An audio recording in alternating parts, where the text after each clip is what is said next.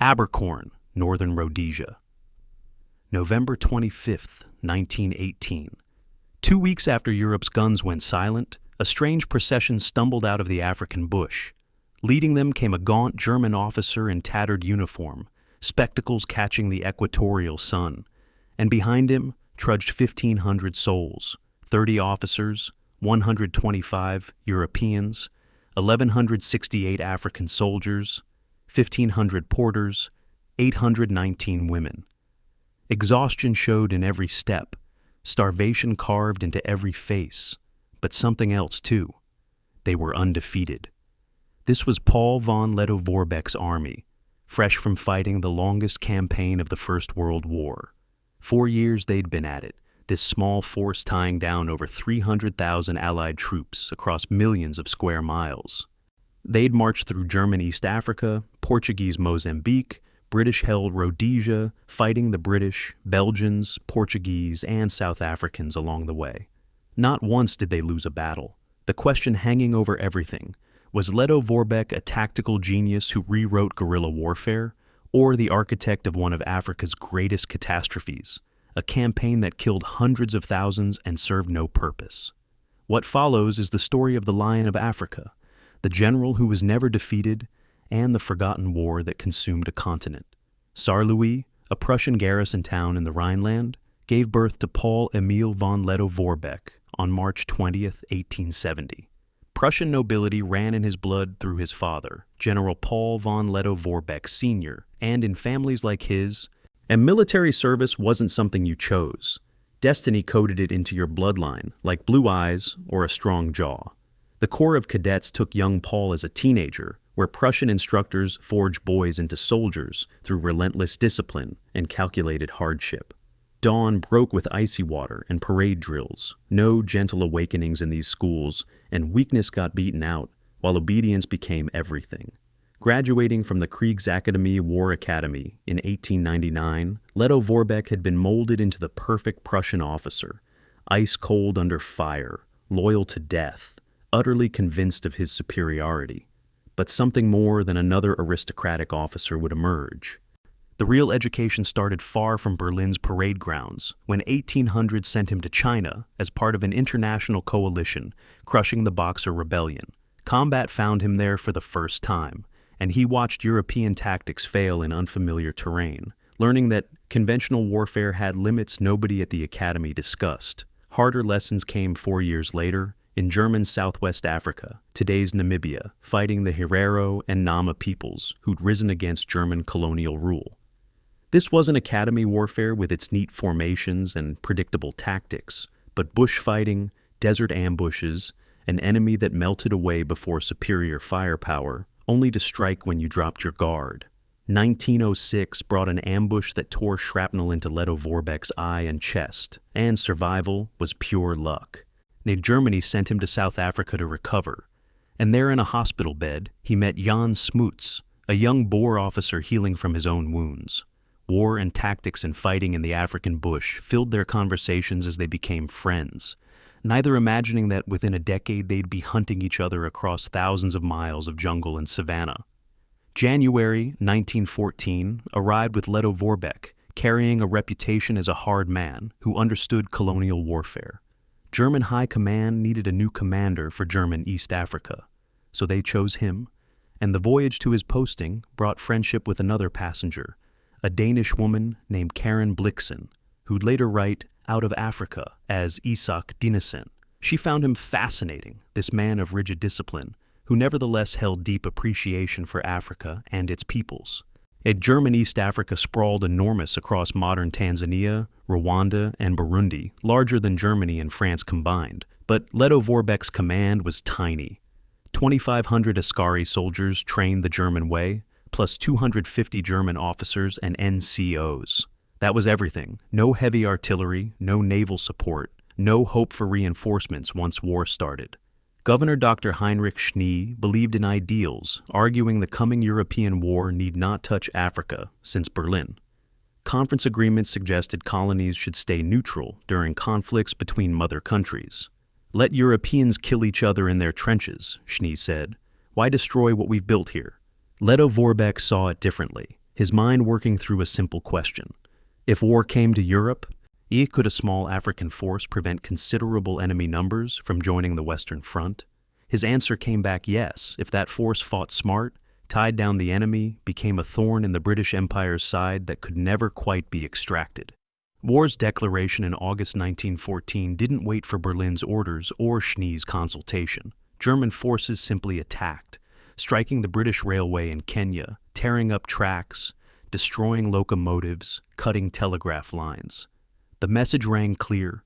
German East Africa wouldn't sit this war out, and the lion had awakened hungry. British fury translated into forced response, meaning troops bound for France or Belgium would now divert to Africa. Lettow Vorbeck's gamble had begun, but the real test was coming because the British were heading for Tanga with an invasion force. Tanga sat on the coast as German East Africa's busiest seaport, just 50 miles from British Kenya's border, serving as terminus for the vital Usambara Railway that carried goods and troops deep inland. Taking Tanga would strangle the German colony at birth, and in November 1914, the British intended exactly that. Major General Arthur Aitken sailed from Bombay commanding Indian Expeditionary Force B, 8,000 men, a full infantry brigade, 2 artillery batteries, 1 machine gun company. Mostly Indian troops under British officers, many were poorly trained fresh recruits who'd never seen combat. But Aitken felt confident since intelligence suggested maybe 1,000 Germans defended Tanga. 8-to-1 odds made this look easy. What happened next became a masterclass in failed amphibious assault. November 2nd brought the British protected cruiser HMS Fox off Tanga, but instead of surprise attack, Captain Francis Caulfield went ashore, giving Germans 1 hour to surrender and lower their flag. When Germans asked if the harbor was mined, Caulfield helpfully told them it wasn't, though the Germans lied back saying it was. 3 hours passed with the German flag still flying before Fox departed for the troop transports. That delay proved catastrophic, giving Lieutenant Colonel Paul von Lettow Vorbeck time to rush reinforcements by rail from Neumoshi, 100 miles away. Only a single Askari company defended the town initially, but as British ships appeared on the horizon, German troops arrived by trainload. By landing time, Lettow Vorbeck had assembled roughly 1,000 men in 6 companies. Aim still outnumbered 8-to-1, but no longer defenseless. Legend says Lettow Vorbeck did something extraordinary the night before battle, blackening his face with boot polish, disguising himself as African, personally reconnoitering British positions. Whether this story's true or embellished, it captures something about the man who didn't command from behind lines but led from the front, taking risks his superiors would never contemplate. British landing on November 3rd came unopposed as Aitken's forces came ashore 3 kilometers south of Tanga Harbor and began their advance. Fatal error, Aitken had conducted no reconnaissance, gathered no intelligence about German defensive positions, didn't even know the terrain. His troops marched inland blind and confident, straight into German machine gun positions. The fighting devolved quickly into brutal jungle warfare, where dense vegetation made coordination impossible and units became separated. Inexperienced Indian troops hearing German machine guns chatter in the bush began panicking, and that's when the bees arrived. African honeybees aren't like their European cousins, being aggressive and territorial, and when gunfire and explosions disturbed them, they attacked in millions. Swarms descended on both German and British positions, but the British, already disoriented and frightened, broke completely. One British soldier recalled later, "What with a bunch of natives firing into our backs and bees stinging our backsides, things were a bit hard." Aitken's offensive stalled by November 4th, with troops scattered through jungle, stung, shot at, demoralized. That evening, Lettow Vorbeck made his move, ordering every available man forward backed by Prussian-trained colonial rifle companies. Bugles sounded, war cries echoed through palms, then came the bayonet charge. British lines shattered as the Imperial Service Brigade, that would have been wiped out to a man, simply ran. All order vanished when Force B's retreat degenerated into total rout, with the British fleeing back to boats in chaos, scrambling aboard transports in November 5th darkness.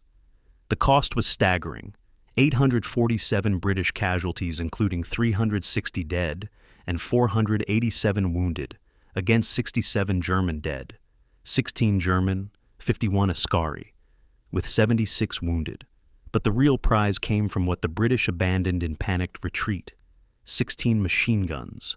It's 455 rifles, 600,000 rounds of ammunition, enough equipment for a year. British official history would describe Tanga as one of the most notable failures in British military history. But for Lettow Vorbeck, it was vindication. His small force had humiliated a vastly superior enemy. The Lion of Africa legend was born, and the British would spend 4 years trying to avenge this defeat. Tanga taught Lettow Vorbeck what mattered most. He couldn't hold territory since he lacked the men, guns, or supplies to defend German East Africa against determined British offense. Winning wasn't the goal anymore, just survival. Keep fighting. Force the British to commit more resources to hunting him down. Resources that couldn't go to France. Reorganizing the Schutztruppe Colonial Protection Force into small mobile companies, he abandoned defending fixed positions. From now on, they'd be ghosts in the bush, striking where the enemy was weak, melting away before superior forces could pin them down. And over 2 years, German raiders destroyed 20 British trains, tore up miles of railway, kept Kenya in constant alert.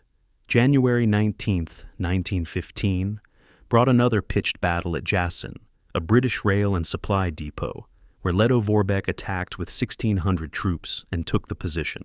Germans captured modern rifles desperately needed to replace obsolete weapons, since some Askaris had been fighting with Gewehr, 1871 rifles, black powder weapons from the 1800s that announced your position, with smoke clouds every shot.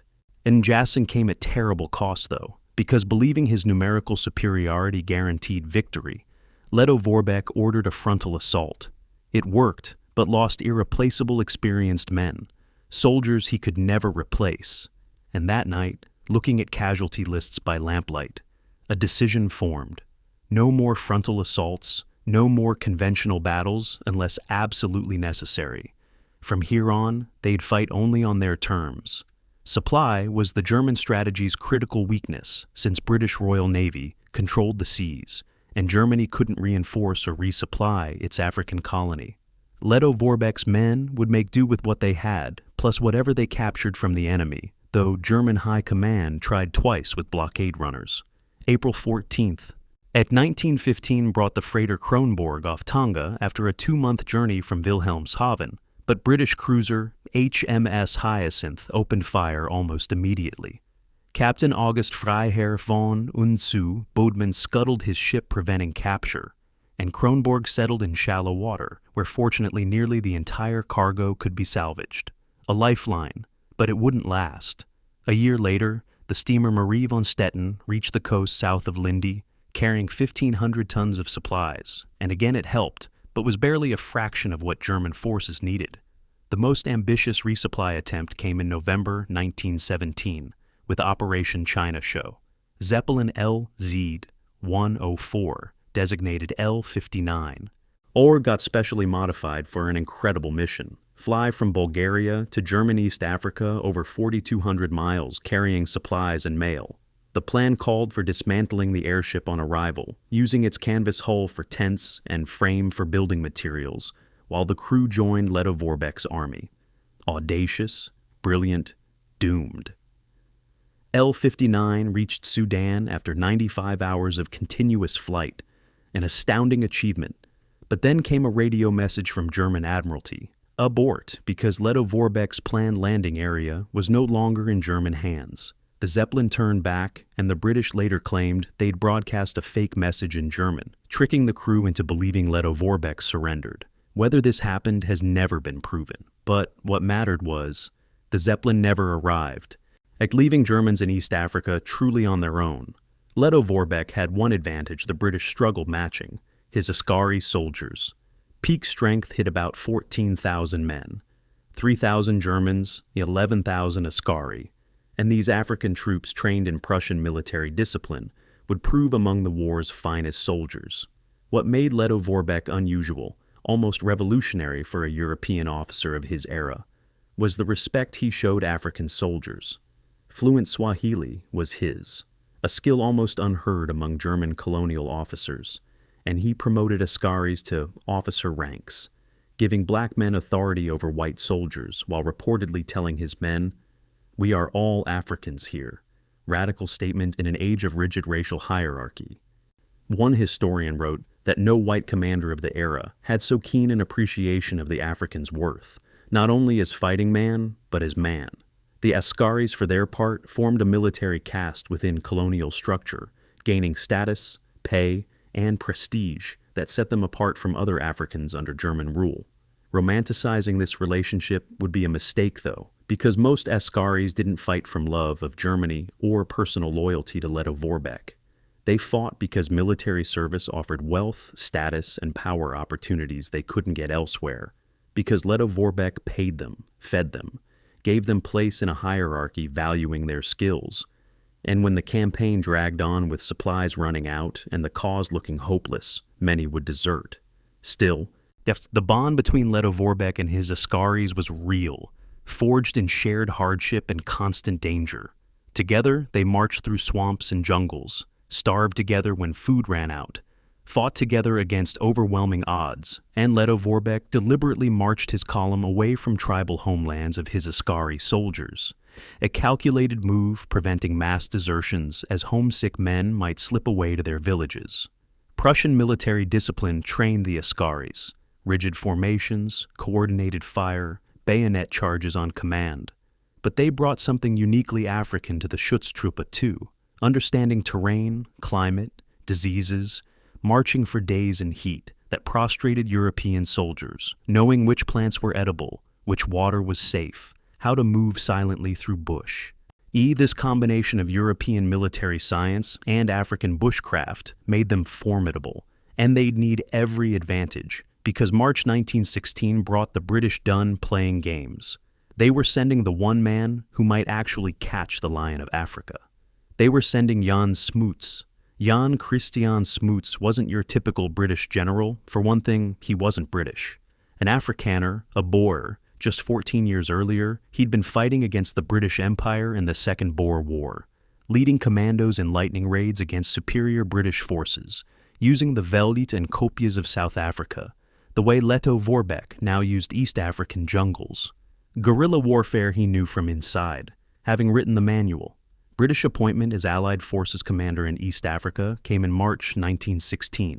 And Smuts brought 45,000 fresh troops, South Africans, many of them former Boers who'd fought the British, Indians from the Raj, Rhodesians. An overwhelming force, and Smuts had a plan, attack from multiple directions simultaneously, squeeze Lettow Vorbeck in a vice, force him into a decisive battle the Germans couldn't possibly win. From the north, Smuts would advance out of Kenya with the main force, while from the west, Belgian troops under Colonel Tombeur would push in from the Congo crossing Lake Victoria on British troop ships, and from the southeast, another column would advance across Lake Nyasa. Lettow Vorbeck would be surrounded, crushed between three converging armies. At least that was the theory. Lettow Vorbeck had other ideas, and when Smuts attacked, the German commander did something unexpected. He fought but only long enough to bloody the British nose, then withdrew, not in panic or rout, but in good order, taking wounded, supplies, everything of value, and Smuts would capture a position only to find Germans had vanished in the night. Days later, a German raiding party would strike his supply lines, burning depots, destroying bridges, disappearing back into jungle before reinforcements could arrive. Madness it was, watching the British keep taking territory, keep advancing, but never bringing Lettow Vorbeck to battle. They were conquering empty space while the real enemy danced just beyond reach, and all the while, the jungle was killing them. Disease was the invisible enemy, deadlier than any German bullet. As malaria stalked British camps, turning healthy men into shivering, feverish wrecks. Dysentery emptied entire battalions, sleeping sickness, dengue fever, typhoid, infections from tiny cuts that festered in humidity and heat all taking their toll. The 9th South African Infantry started their campaign in February 1916 with 1,135 men, but by October, only 116 were fit for duty, and they'd fought almost no major battles. July 1916 saw British non-battle casualties run 31-1 compared with combat injuries, meaning for every man shot by Germans, 31 fell to disease. Hospitals overflowed with yellow-skinned skeletal soldiers who couldn't remember feeling well. Doctors ran out of quinine. men died from infected mosquito bites. The African bush was eating the British army alive. Askaris, by contrast, had grown up with these diseases, many exposed to malaria as children and carrying partial immunity, knowing not to drink from stagnant water, understanding climate rhythms, when rains would turn roads to mud, when heat would become unbearable. While British soldiers collapsed from heat exhaustion, Askaris kept marching. Smuts quickly realized his mistake and began withdrawing South African, Rhodesian, and Indian troops, replacing them with African soldiers who could actually survive the climate. King's African Rifles expanded rapidly, Nigerian and Gold Coast regiments shipped in, and by early 1917, more than half the British Army in East Africa was composed of Africans. By war's end, it was almost entirely African soldiers fighting African soldiers, with European officers watching from behind. But Smuts was making progress even if he couldn't catch his quarry. August 1916 brought British capture of the railway line from Dar es Salaam to Morogoro and Dodoma, the vital central railway connecting coast to interior, and by late September, all coastal German East Africa was under British control. Belgians advancing from the west occupied large portions of the colony's interior, and in December 1917, German East Africa was officially declared an Allied protectorate. On paper, the Germans had lost, but in reality, Lettow Vorbeck was still fighting, still free, still tying down tens of thousands of Allied troops who could have been used elsewhere. And his withdrawal to the southeastern corner of the colony brought him to remote, sparsely populated regions where lack of infrastructure and brutal terrain made pursuit almost impossible. And there, in late 1917, he'd fight the East African campaign's biggest battle. October 1917 found the noose tightening. General Jacob van Deventer, a South African who'd served under Smuts in the Boer War, now commanded Allied forces in East Africa. After Smuts got recalled to London for the Imperial War Cabinet, his African mission deemed accomplished. Van Deventer knew the truth, though. Lettow Vorbeck was wounded, cornered, running low on everything, but far from finished. Germans had dug in on high ground at Mahiwa in the far southeast, and down to their last weeks of food with ammunition critically low, and Askaris exhausted from constant marching and fighting. But Lettow Vorbeck had chosen his ground carefully, letting the British come to him, attack uphill into entrenched machine gun positions, let them bleed. October 15th to 19th, 1917 saw British Nigerian troops attack in waves. Van Deventer was using the same tactics, killing hundreds of thousands on the Western Front. Mass infantry assaults against entrenched positions. Pure butchery. The Nigerians were brave, disciplined troops, but bravery doesn't stop machine gun bullets as wave after wave charged German lines and wave after wave was cut down. Lettow Vorbeck later wrote that the enemy, by the increasing fierceness of his frontal attack, was bleeding himself to death. And he was right. At battle's end brought catastrophic British casualties. 2,700 men killed, wounded, or missing out of 4,900 deployed, more than half the force and the worst single loss Allies had suffered in the entire East African campaign.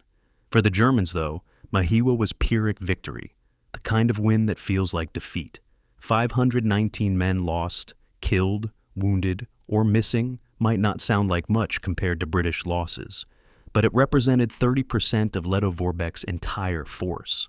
These were irreplaceable soldiers, experienced fighters who'd survived 3 years of constant warfare with no reinforcements coming, making every casualty permanent. Worse yet, Germans had expended 850,000 rounds in the 4-day battle, burning almost their entire stockpile of smokeless ammunition. From now on, they'd rely on obsolete Mauser Model 1871 rifles, the same black powder weapons they'd started the war with, and every time you fired one, you announced your position with a white smoke cloud. Machine guns had to be abandoned for lack of ammunition, while desertions among Askaris increased as word spread that the Germans were finished. News of Mahiwa reaching Germany brought the Kaiser promoting Lettow Vorbeck to General Major, Major General, a hollow honor. Lettow Vorbeck looked at his depleted forces, looked at encircling British armies, and made a decision defining the war's final year. Make a last stand in German East Africa and be destroyed, or do something audacious the British would never expect. He could invade Portuguese East Africa. November 25th, 1917, That exactly 1 year before he'd surrender, Paul von Lettow Vorbeck led his advance column across the Rovuma River into Portuguese Mozambique.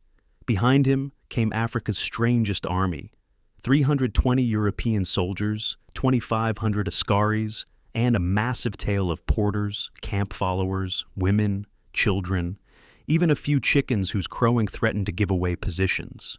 Germans were cutting their own supply lines, deliberately isolating themselves from any hope of support, transforming the Schutztruppe into a completely independent raiding force that would live off captured enemy supplies. Ultimate guerrilla strategy. Become a ghost army, self-sustaining, impossible to pin down, always moving. First target was the Portuguese garrison at Ngomano, freshly supplied and poorly defended. These where Portuguese had set up camp on the Rovuma's banks, confident the river was a barrier Germans couldn't cross. They were wrong, as Lettow Vorbeck sent artillery across the river to bombard the camp from distance, drawing Portuguese attention, while his main force moved upstream, crossed unseen, and fell on the garrison from an unexpected direction. Portuguese troops, inexperienced and poorly led, fired over 30,000 rounds, but hit almost nothing. German casualties were minimal, a handful of Askaris and 1 European officer, while Portuguese commander Major Juan Teixeira Pinto was killed in fighting, and his men, finding themselves surrounded and leaderless, surrendered despite having enough supplies to hold out for days.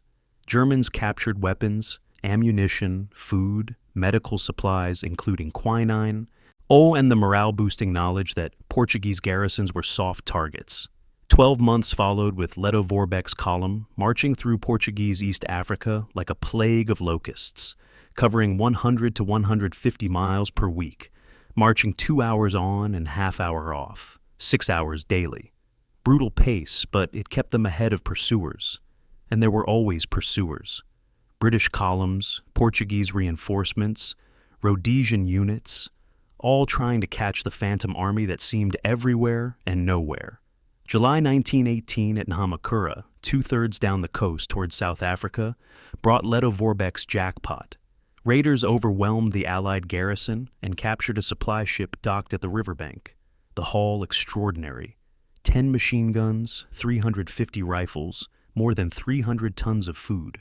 Make enough wine and liquor to intoxicate the entire column, and so much clothing that Askaris, as Lettow Vorbeck noted in his diary, stopped stealing, as if by command. Christmas, 1917, found Paul von Lettow Vorbeck sleeping in a real bed with clean sheets and mosquito netting for the first time in years. He and his officers enjoyed roast pork with Portuguese wine, coffee, and cigars. And one officer wrote in his diary that never had they fared so well during the past 4 years. Brief moment of civilization in the midst of savage campaign, a reminder of the world they had left behind.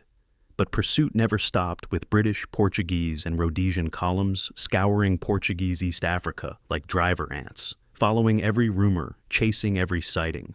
One of Lettow Vorbeck's scouts captured the absurdity.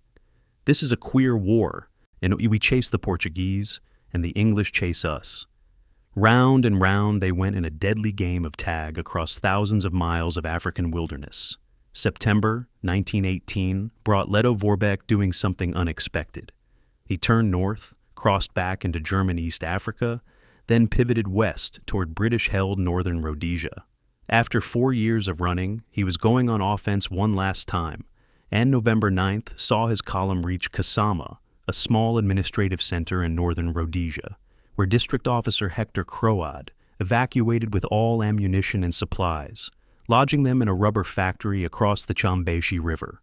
3 days from November 12th to 14th brought German and British forces skirmishing around the rubber factory, until finally, after a 4-hour firefight, Germans captured the position.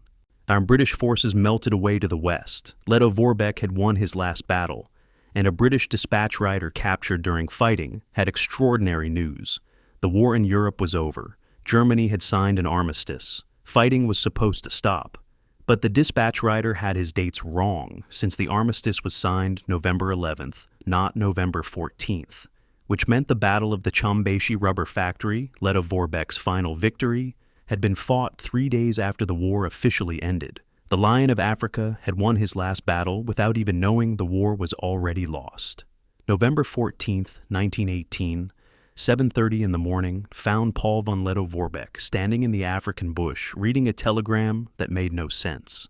One District Commissioner Hector Crode had delivered it under white flag from General Van Deventer, the South African commander who'd been chasing him for nearly 2 years. The message was simple.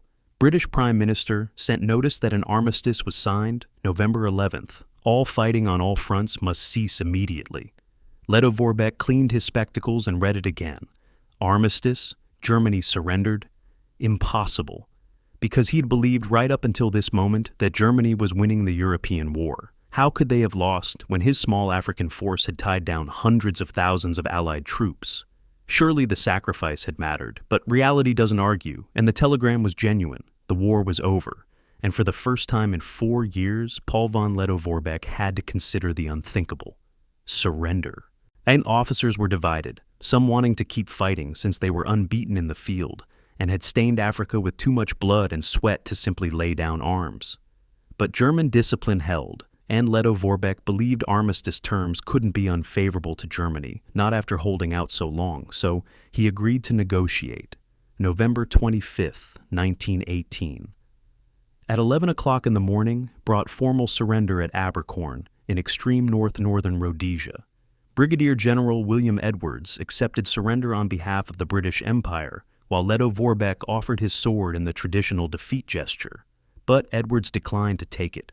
Final count was sobering.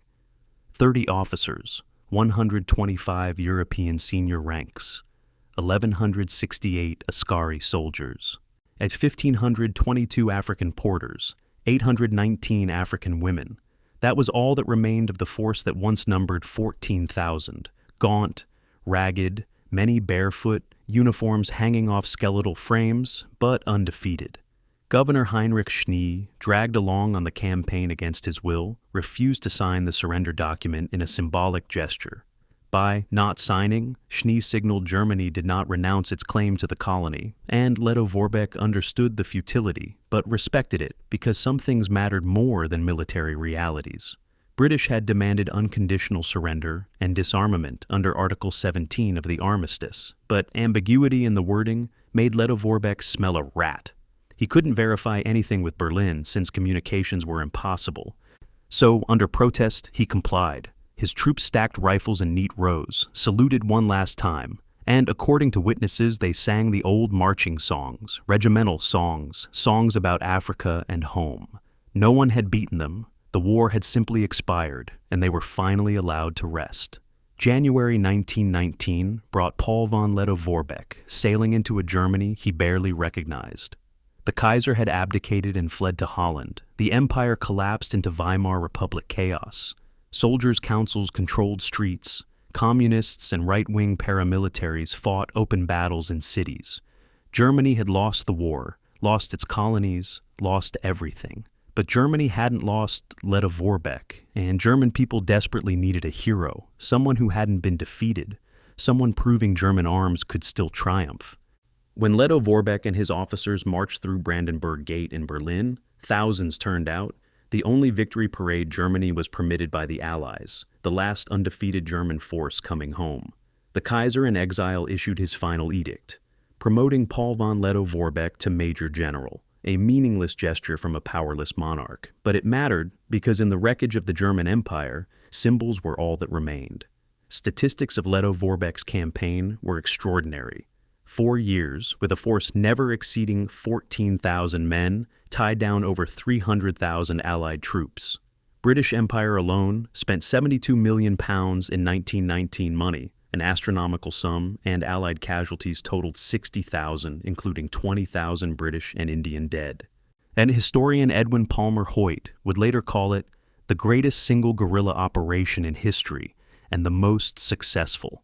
Lettow Vorbeck was the only German commander to successfully invade British imperial territory during the First World War, having never lost a battle, never been captured, achieving everything he set out to do: force the Allies to divert enormous resources to a secondary theater, resources that couldn't be used in France or Belgium. But another set of statistics existed that Germany didn't talk about: The East African campaign had killed at least 350,000 African civilians. German army conduct directly caused these deaths through forced food requisitioning, scorched earth tactics, and deliberate destruction of civilian infrastructure. Lettow Vorbeck's troops seized crops from villages that couldn't spare them, creating famines, burned fields to deny enemy supplies, leaving local populations to starve. 1917 brought famine sweeping through German East Africa, caused by farm labor loss, conscripted as porters, and systematic looting of food supplies by both German and Allied forces. When Spanish flu pandemic arrived in 1918 and 19, the weakened, malnourished population had no resistance, and in German East Africa alone, 10 to 20% of the entire population died from famine and disease. Dr. Ludwig Depe, a German physician who'd served with Lettow Vorbeck and once headed the Tanga hospital, published a book in 1919 telling the truth. Behind us we leave destroyed fields, ransacked magazines, and for the immediate future, starvation. We are no longer the agents of culture. Our track is marked by death, plundered and evacuated villages, just like the progress of our own and enemy armies in the 30 Years' War. Between both armies, German and Allied, between 500,000 and 700,000 Africans had been conscripted as porters, forced to carry supplies through disease-ridden jungles where tens of thousands died of exhaustion, disease, and starvation. Most were never paid, most were never thanked. Their names were never recorded. They were the invisible casualties of a European war fought on African soil. Was the campaign worth it? Did it change the war's outcome? The answer appears to be no, because despite Lettow Vorbeck's brilliance, despite tying down 300,000 Allied troops, there's no evidence the East African campaign had any meaningful impact on the Western Front. Germany lost the war anyway, and hundreds of thousands of Africans paid the price for a campaign, serving no strategic purpose beyond one man's determination never to surrender. But in 1919, Germany, these moral questions didn't matter. Paul von Lettow Vorbeck was a hero, and heroes were in short supply, so he retired from the army with his major general rank and immediately plunged into politics. Weimar years, Germany was chaos. Far left wanted communist revolution, far right wanted to restore the monarchy or establish dictatorship. The center tried desperately holding together a democracy nobody seemed to want. Lettow Vorbeck was firmly on the right, a monarchist believing Germany had been betrayed by weak politicians, and not defeated by superior arms. July 1919 brought communist Spartacists attempting to seize Hamburg control, so Lettow Vorbeck led a corps of right-wing volunteers into the city and crushed the uprising. Brutal, efficient, and deeply controversial, was he defending democracy or establishing the template for paramilitary violence that would plague the Weimar Republic? 1920 brought a fateful decision when Lettow Vorbeck publicly supported the Kapp Putsch, a right-wing coup attempt against democratic government. The putsch failed within days, and Lettow Vorbeck was forced to resign from the army his military career over. He published his memoirs, My Reminiscences of East Africa, which became a bestseller in Germany and was translated into English. The book portrayed the campaign as noble struggle, in emphasizing camaraderie between German officers and African soldiers while largely ignoring civilian suffering. It was the narrative Germany wanted to hear. May 1928 to July 1930 found Lettow Vorbeck serving as a Reichstag deputy for the German National People's Party, a monarchist conservative party. But when Alfred Hugenberg became party leader and began steering it toward the far right, toward accommodation with the rising Nazi movement, Lettow Vorbeck quit. He joined the Conservative People's Party and ran for re-election in 1930, but he lost. A new force was rising in German politics by now: Adolf Hitler and the National Socialists. Lettow Vorbeck watched with growing alarm because Hitler was a corporal, a street agitator, a demagogue appealing to the worst German instincts. He and Lettow Vorbeck intensely distrusted Hitler and his movement. He approached his relative Hans-Jürgen von Blumenthal with an idea: form a coalition with the Stahlhelm, a conservative veterans organization, to oppose the Nazis. It became known as the Vorbeck-Blumenthal Pact. It failed because the Nazis were too strong, too well organized, and by 1933, Hitler was Chancellor of Germany. The old Prussian officer class, men like Lettow Vorbeck, representing traditional conservative values, suddenly found themselves irrelevant in a Germany they no longer recognized. 1935 brought Chancellor Adolf Hitler, making Paul von Lettow Vorbeck an offer. The regime wanted the Lion of Africa on their side since his reputation, his status as Germany's undefeated general, would lend legitimacy to Nazi government. Yet Hitler offered him the ambassadorship to the court of St. James, the position of German ambassador to Great Britain, a prestigious post, a glittering prize for an old soldier. The meeting when it happened did not go well, and accounts vary on exactly what Lettow Vorbeck said. Official record states he declined with frigid hauteur, very Prussian, very proper. But decades later in the 1960s, historian Charles Miller interviewed the nephew of one of Lettow Vorbeck's Schutztruppe officers, and Miller said, "I understand that von Lettow told Hitler to go fuck himself." The nephew's response, "That's right, except that I don't think he put it that politely." Whatever the exact words, the message rang clear. Paul von Lettow Vorbeck, the Lion of Africa, wanted nothing to do with Adolf Hitler or the Nazi regime, and he turned down the ambassadorship, turned his back on power and prestige, and made himself an enemy of Europe's most dangerous government. Consequences were immediate as Lettow Vorbeck's military pension was suspended. His home and office got searched by the Gestapo, and he was placed under constant surveillance as potential enemy of the state. The Nazis couldn't arrest him outright since his fame protected him from that, but they could make his life miserable. And they did. 1938 brought perhaps a half-hearted reconciliation gesture, or perhaps simply because ignoring him caused more problems than it was worth, when the regime promoted Lettow Vorbeck to general for special purposes. He was 68 years old, never recalled to active service, a meaningless title, a way of acknowledging his existence without actually giving him any power. When the Second World War began in 1939, Paul von Lettow Vorbeck watched from the sidelines. His two sons, Rudiger and Arndt, served in the Wehrmacht, and both would be killed in action. The Lion of Africa, who led thousands of men through 4 years of African warfare without losing a battle, could do nothing but wait for news from the front and mourn his children. 1945 found Lettow Vorbeck destitute, Allied bombs having destroyed his Bremen house. No pension, no savings, nothing.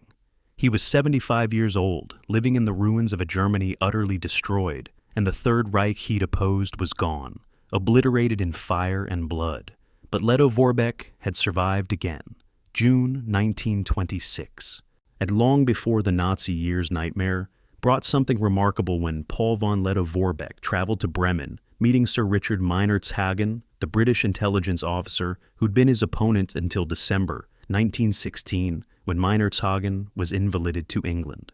The two men had fought a battle of wits across East Africa, trying to outsmart each other, trying to predict each other's moves, and now they met as friends, two old soldiers comparing notes on a war that seemed like it happened in another lifetime. 3 years later, in 1929, Lettow Vorbeck accepted an invitation to London, where at the Holborn restaurant, 1,100 former soldiers had assembled for a reunion. There, for the first time face-to-face, Paul von Lettow Vorbeck met Jan Smuts. Ent Smuts was now a towering figure in international politics, former Prime Minister of South Africa, and key architect of the League of Nations, while Lettow Vorbeck was a retired general living on army pension and book royalties. But when they shook hands, they weren't politician and pensioner. They were two men who'd chased each other through African bush, who'd respected each other as worthy opponents, who'd both understood what it meant to fight a war where disease killed more men than bullets. Friendship formed, genuine friendship, and they corresponded. When Smuts died in 1950, Lettow Vorbeck sent his widow a moving letter expressing grief at losing a man he'd once tried to kill, who'd later become one of his closest companions. And after the Second World War, when Smuts heard Lettow Vorbeck was living in destitution in ruined Germany, he acted. Along with former South African and British officers who'd fought against Lettow Vorbeck, Smuts arranged for a small pension to be paid to the old general, and the British and South Africans, the enemies Lettow Vorbeck had fought for 4 years, kept him alive with food packages and money when his own country had nothing to give. Richard Meinertzhagen also sent supplies, the man whose intelligence network Lettow Vorbeck had tried to penetrate, whose plans he'd tried to anticipate, now made sure the Lion of Africa didn't starve. Extraordinary gesture, a reminder that even in war, honor could survive. 1953, at age 83, brought Paul von Lettow Vorbeck returning to Africa one last time. Tanganyika sent the invitation, soon to become Tanzania, the land where he'd fought his greatest campaign, and he didn't know what to expect. Colonial rule was ending, African independence movements were gaining strength. So, would they remember him as conqueror, oppressor, another white man who used Africa for Europe's wars? When his plane landed in Dar es Salaam, he received his answer. A group of elderly men in threadbare uniforms stood waiting. They were askaris, his askaris, men who'd marched with him through 4 years of hell. And when they saw him, they sang Heya Safari, the old regimental song they'd sung on the march, the song that accompanied them through jungles and swamps and battlefields. British colonial officials gave him full military honors, a final salute to an enemy who'd earned their respect.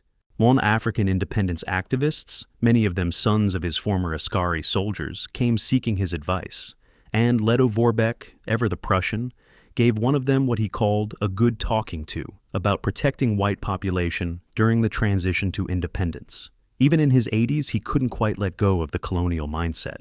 But the moment that mattered, the moment defining his legacy in Africa, was when those old Askari soldiers sang for him one last time. They remembered, and despite everything, despite the suffering and deaths and famine, they remembered the man who'd spoken Swahili, who'd promoted black officers, who'd said, "We are all Africans here." A complicated legacy, built on blood and hardship and mutual respect, born in war's crucible. Paul von Lettow Vorbeck lived in two worlds that could never be reconciled.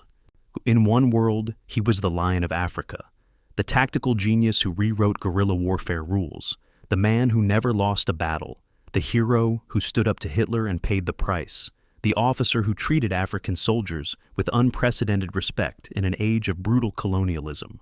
In the other world, he was the architect of one of Africa's greatest catastrophes, the commander whose campaign killed at least 350,000 civilians, the man who ignored orders to preserve the colony's peace because he believed glory mattered more than African lives, the officer who, for all his respect for individual Askaris, never questioned the fundamental injustice of colonial rule.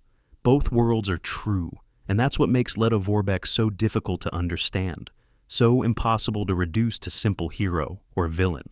A product of his time, a Prussian aristocrat raised to believe in duty, honor, and the civilizing mission of European empires, and within that framework, he was better than most. He spoke the language of his soldiers, promoted men based on ability not race, genuinely believed in the brotherhood of arms transcending skin color. But the framework itself was poison, since German East Africa was a colonial possession seized by force, administered by violence, built on exploiting African labor and resources. Lettow Vorbeck's campaign defending that colony created a famine, killing hundreds of thousands. His scorched earth tactics destroyed villages, burned crops, left civilians to starve, and his requisitioning parties stripped communities of food they couldn't spare. And when Spanish influenza swept through East Africa in 1918 and 1919, it found a population weakened by malnutrition, vulnerable to disease, unable to resist, and tens of thousands more died. Lettow Vorbeck never expressed remorse for these deaths, and in his memoirs, in his later interviews, he focused on military tactics, on soldier courage, on challenges of bushfighting. African civilians were at best background characters in his story. Governor Heinrich Schnee, the man Lettow Vorbeck had sidelined and ignored, had been right all along. Neutral German East Africa would have spared the colony war's devastation. Hundreds of thousands of Africans would have lived. The economy would have survived intact, and strategically, it would have made no difference whatsoever to the European war's outcome. That's perhaps the cruelest irony. Lettow Vorbeck's brilliant campaign, his 4-year chess match with the British Empire, his undefeated record, none of it mattered. Germany lost the war anyway. The troops he tied down in Africa were a fraction of forces deployed on the Western Front, and his campaign was in the end a sideshow, a footnote, a fascinating story that changed nothing except the lives of the hundreds of thousands who died because of it. But tactical achievements were real because Lettow Vorbeck demonstrated that a small, mobile force could tie down an enemy many times larger. He proved conventional military thinking could be overturned by a commander willing to improvise, to live off captured supplies, to fight only on favorable terms, and military academies still study his campaigns while officers still read his memoirs. The lessons of East Africa influenced guerrilla movements from Vietnam to Afghanistan, and his personal courage was undeniable because when Hitler offered him power, prestige, and safety, Lettow Vorbeck said no. In an age when so many German officers compromised with the Nazis, when field marshals and generals swore oaths to a dictator they privately despised, Lettow Vorbeck refused. He lost his pension, endured surveillance, watched his book banned, and never wavered. That took a different kind of courage than facing British machine guns, but it was courage nonetheless. The 1950s brought economic recovery to West Germany as the Wirtschaftswunder, the economic miracle, rebuilt shattered cities, and created new prosperity. Lettow Vorbeck, kept alive by British and South African pensions, and he eventually enjoyed comfortable circumstances again. Not wealthy, but no longer worrying about where his next meal would come from. He watched as the world he'd known disappeared completely. The German Empire, the Kaiser, the colonial system, the old Prussian military caste, all of it gone, swept away by 2 world wars and history's tide. The Africa he remembered was vanishing too. Country after country gaining independence as the British, French, Belgians, all the colonial powers withdrew, their empires crumbling under the weight of their own contradictions. 1953, that trip to Tanganyika, showed him an Africa in transition where old colonial certainties were dying, and a new generation of Africans, educated, politicized, demanding freedom, was rising. Some of them were sons of his Askaris, old men who'd grown up hearing campaign stories of the German officer who spoke Swahili and promoted black soldiers. They came to him for advice, these future leaders of independent Tanzania, and what he told them, we don't know exactly. We know he gave at least one a good talking to about protecting white settlers during independence transition, and we know he still believed even in his 80s that European guidance was necessary for Africa's development. The paternalism never quite left him, but perhaps in those conversations, some understanding passed between the old German general and young African nationalists. Perhaps they recognized in each other a common experience of fighting against empire, even if Lettow Vorbeck had fought for a different empire than the one they were overthrowing. Perhaps the Askaris who sang for him in Dar es Salaam were passing on a message that it was possible for Europeans and Africans to work together, to respect each other, to build something better than colonial exploitation. Or perhaps it was simpler than that, where those old soldiers just wanted to see their commander one last time, to sing the old songs, to remember when they were young and strong and part of something larger than themselves. War creates bonds that peacetime can never quite replicate, and for all its horrors, the East African campaign had forged genuine friendships between men who would never have met otherwise. Lettow Vorbeck spent his final years quietly, living in Hamburg with his wife, attending veterans' reunions, corresponding with old comrades from both sides of the war. He was a relic of another age, and a living connection to the world, before the trenches, before the gas attacks, before Hiroshima, and young Germans would see him on the street, this ramrod-straight old man with fierce eyes and Kaiser mustache, and barely understand who he was or what he represented. March 9th, 1964, one day before his 94th birthday, Paul von Lettow Vorbeck died in Hamburg. West German government gave him full military honors, burying him beside his wife, with his sons already in their graves, both killed in Hitler's war. At the funeral came old soldiers in faded uniforms, men who'd served with him in Africa a half-century before, men who'd marched through jungles and swamps and survived when so many others hadn't. And from Africa came a wreath sent by elderly Askaris who'd scraped together money they could barely spare. The note attached was simple, just a few words. He was our leader. What are we to make of Paul von Lettow Vorbeck? In an age of industrialized slaughter, when millions died in Western Front mud, he fought a war of movement and maneuver. When European armies threw men at machine guns in suicidal waves, he conserved his forces, fought only when he could win, valued his soldiers' lives. In an age of rigid racial hierarchies, when European colonialism was justified by white superiority theories, he promoted African soldiers to command positions. learned their language, respected their abilities, called them his brothers in arms. It wasn't equality, not by modern standards, but it was more than most European officers of his era ever contemplated.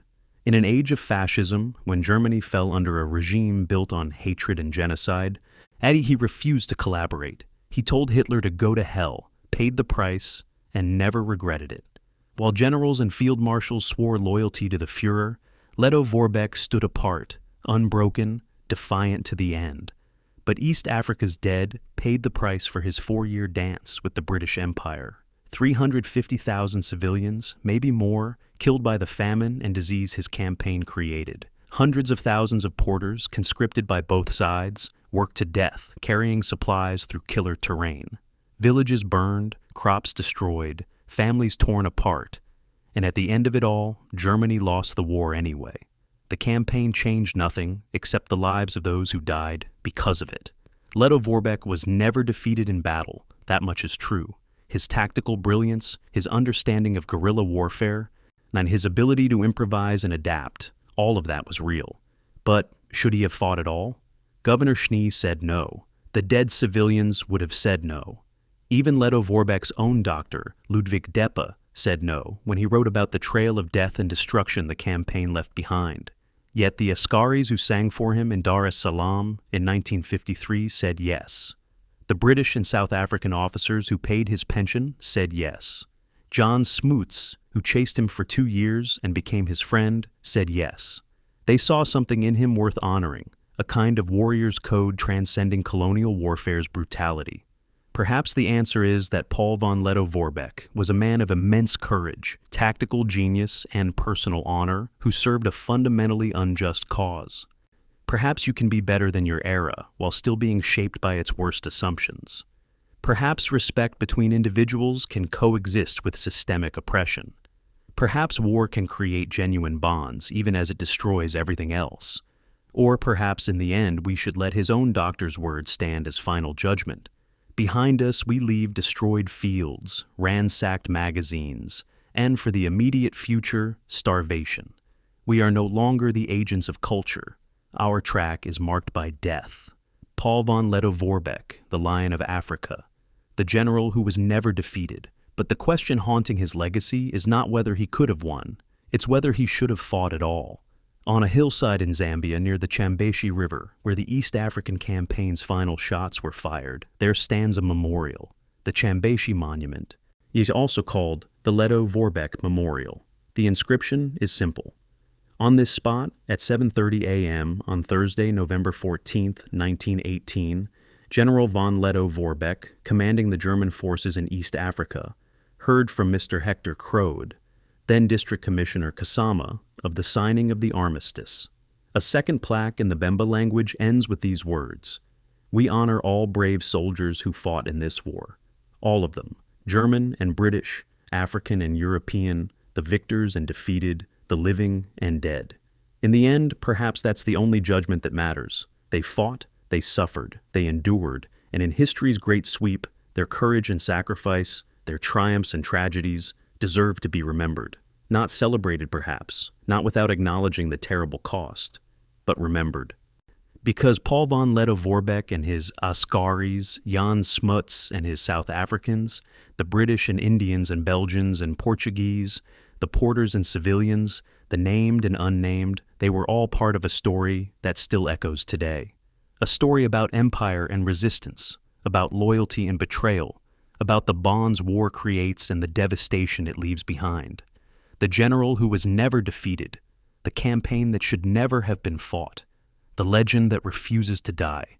That is the legacy of Paul von Lettow Vorbeck, the Lion of Africa.